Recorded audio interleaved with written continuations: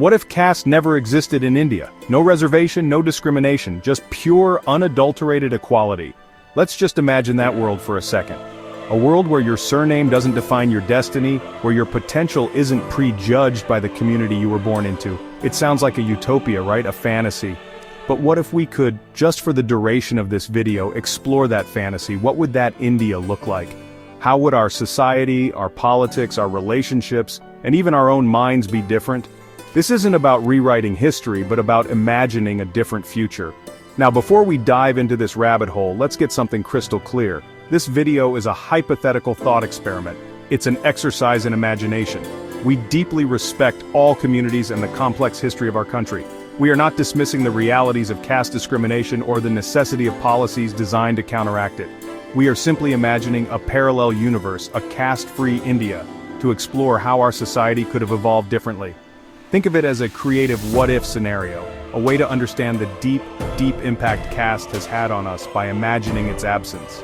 So grab your chai, get comfortable, and let's embark on this journey together. We're going to peel back the layers of what is and dream about what could have been. We'll look at everything from education and jobs to politics and even love. The goal here isn't to provide all the answers, but to ask some powerful questions and maybe, just maybe, spark a conversation about the kind of India we all want to build for the future. Let's get into it. Alright, let's start where it all begins for most of us, the classroom.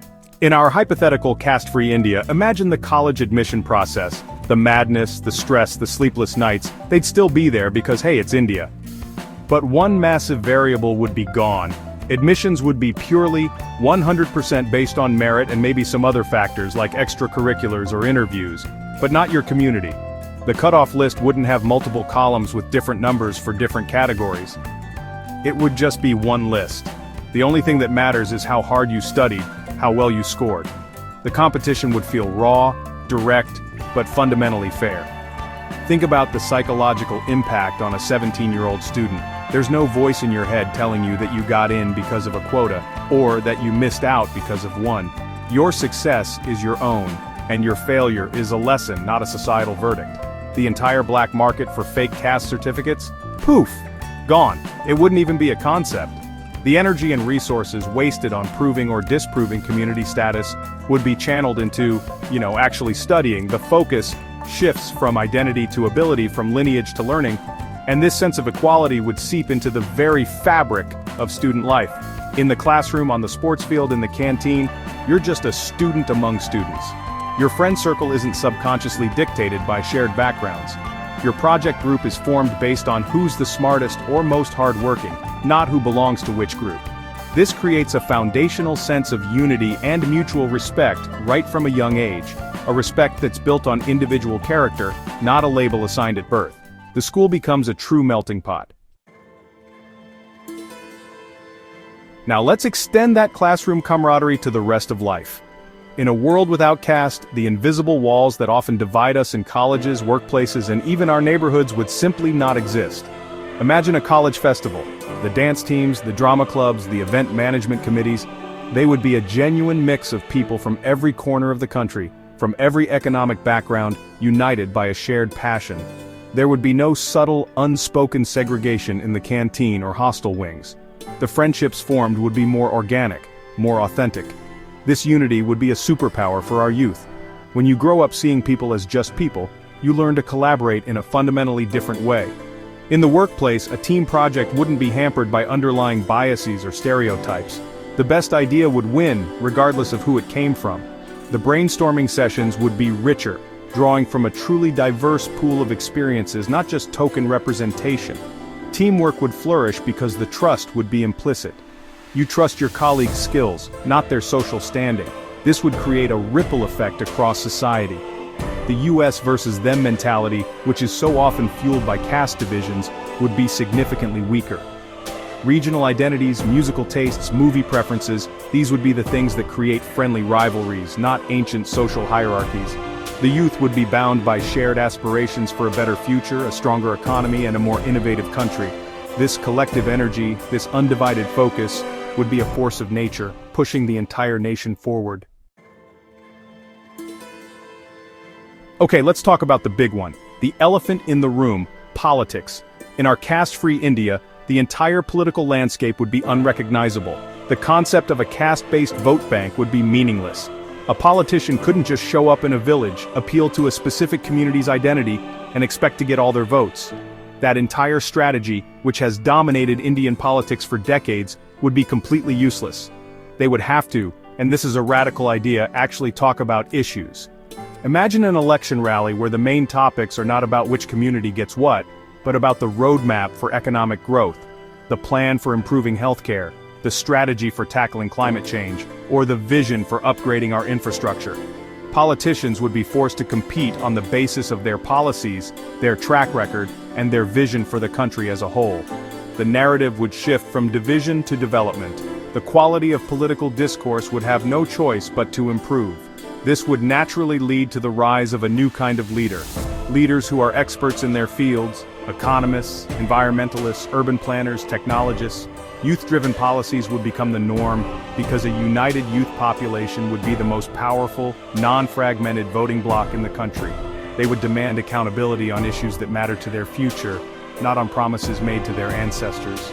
Politics would become less about managing historical grievances and more about building a shared future. It would be a government of the people, by the people, for all the people, in the truest sense. Let's move on to the world of work. In this alternate reality, just imagine walking into a job interview. The only thing the interviewer cares about is what's on your resume and what's in your head. Your skills, your experience, your projects, your ability to solve problems, that's what truly matters. Your surname on the application form would be just that, a name. It carries no weight, no hidden meaning, no baggage at all. The playing field would be leveled in a way that is, honestly, quite profound. Everyone, regardless of their background, would be judged on their merit and potential. This would do wonders for the confidence of millions of people. There would be no fear of being subtly discriminated against during the hiring process or for a promotion. You wouldn't have to wonder if you were hired to fill a quota or if you were overlooked because of a bias. This psychological freedom would unlock so much potential. People would be more ambitious, more willing to take risks, and way more confident in their abilities. The focus would shift from, how do I fit in, to how can I excel? This freedom would also supercharge mobility. A skilled professional from Bihar or Uttar Pradesh could move to Bangalore or Mumbai for a job with far less social friction. Their integration into a new city and a new workplace would be smoother because they would be seen as a valuable professional, not as an outsider from a particular community.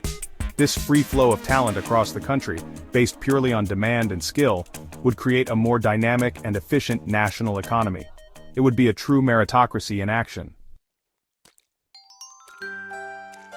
Now for my favorite chapter, let's talk about love, relationships, and marriage. In an India without the shadow of caste, the entire concept of inter-caste marriage would cease to exist. It would just be marriage. The question, what caste is he or she from, would be as irrelevant as asking what's their favorite color. The primary factors for choosing a life partner would revert to what they should be.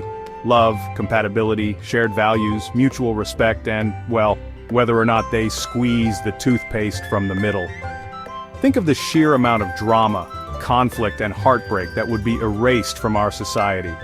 The family feuds, the emotional blackmail, the threats of disownment, the horrific honor killings.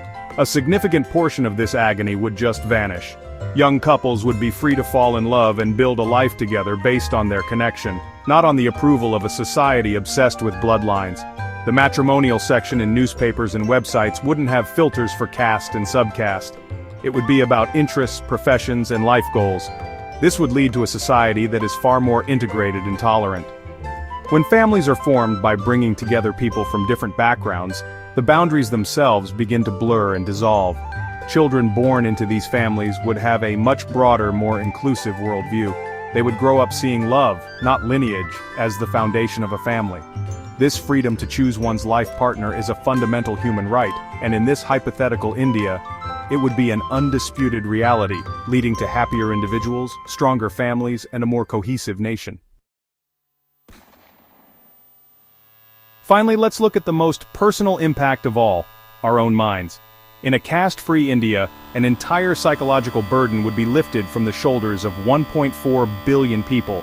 For those from historically oppressed communities, the feeling of inherent inferiority, the constant need to prove oneself against prejudice, the sting of a derogatory remark, this daily weight would be gone. Children would grow up without ever learning that their birth makes them less than someone else. Their self-esteem would be built on their character and achievements alone. Simultaneously, for those from privileged castes, the unearned sense of superiority, or the modern-day guilt associated with that privilege would also disappear. You wouldn't have to carry the baggage of your ancestors' actions, good or bad. You would simply be an individual, responsible for your own choices. This removes a layer of complexity and defensiveness from social interactions, allowing for more genuine connections. Everyone meets on a level playing field, not just in practice, but in their own minds. This psychological freedom is the ultimate goal. It would foster a stronger, more unified national identity. When you stop seeing people through the lens of caste, you start seeing them as fellow Indians. Our collective identity as citizens of a great nation would become our primary identity. The pride we feel for our country would be unblemished by internal divisions. We would be a nation of individuals, united not by the circumstances of our birth, but by the shared dream of a prosperous, equitable, and compassionate India. So that was our trip to a parallel caste-free India. A world with fairer education, stronger unity, better politics, and the freedom to love and live without labels. It's an idealistic picture for sure. Now let's come back to our reality. Of course, caste-based policies like reservation were created for a critical reason: to uplift communities that have faced centuries of systemic oppression, and to provide them with a ladder out of that historical disadvantage. The question we explored wasn't whether these policies are good or bad, but what if they were never needed in the first place? What if that oppression never existed? Imagining this world isn't about escaping our reality, but about understanding its pain points more clearly. By seeing what we're missing, we can better define the future we want to build. This thought experiment shows us that the ultimate goal isn't just a perfectly balanced reservation system, but a society where caste becomes so irrelevant that the very idea of caste-based policies becomes obsolete. A society where upliftment has been so successful that the ladders are no longer needed because everyone is already on the same level. The India we imagined might be a fantasy today, but it doesn't have to be forever. Every time we choose to see a person for their character over their community, every time we challenge a casual stereotype, every time we teach a child that everyone is equal, we take a small step towards that world. It's time we think beyond caste, and start working to build that equality in reality, not just in our imagination. Thanks for watching.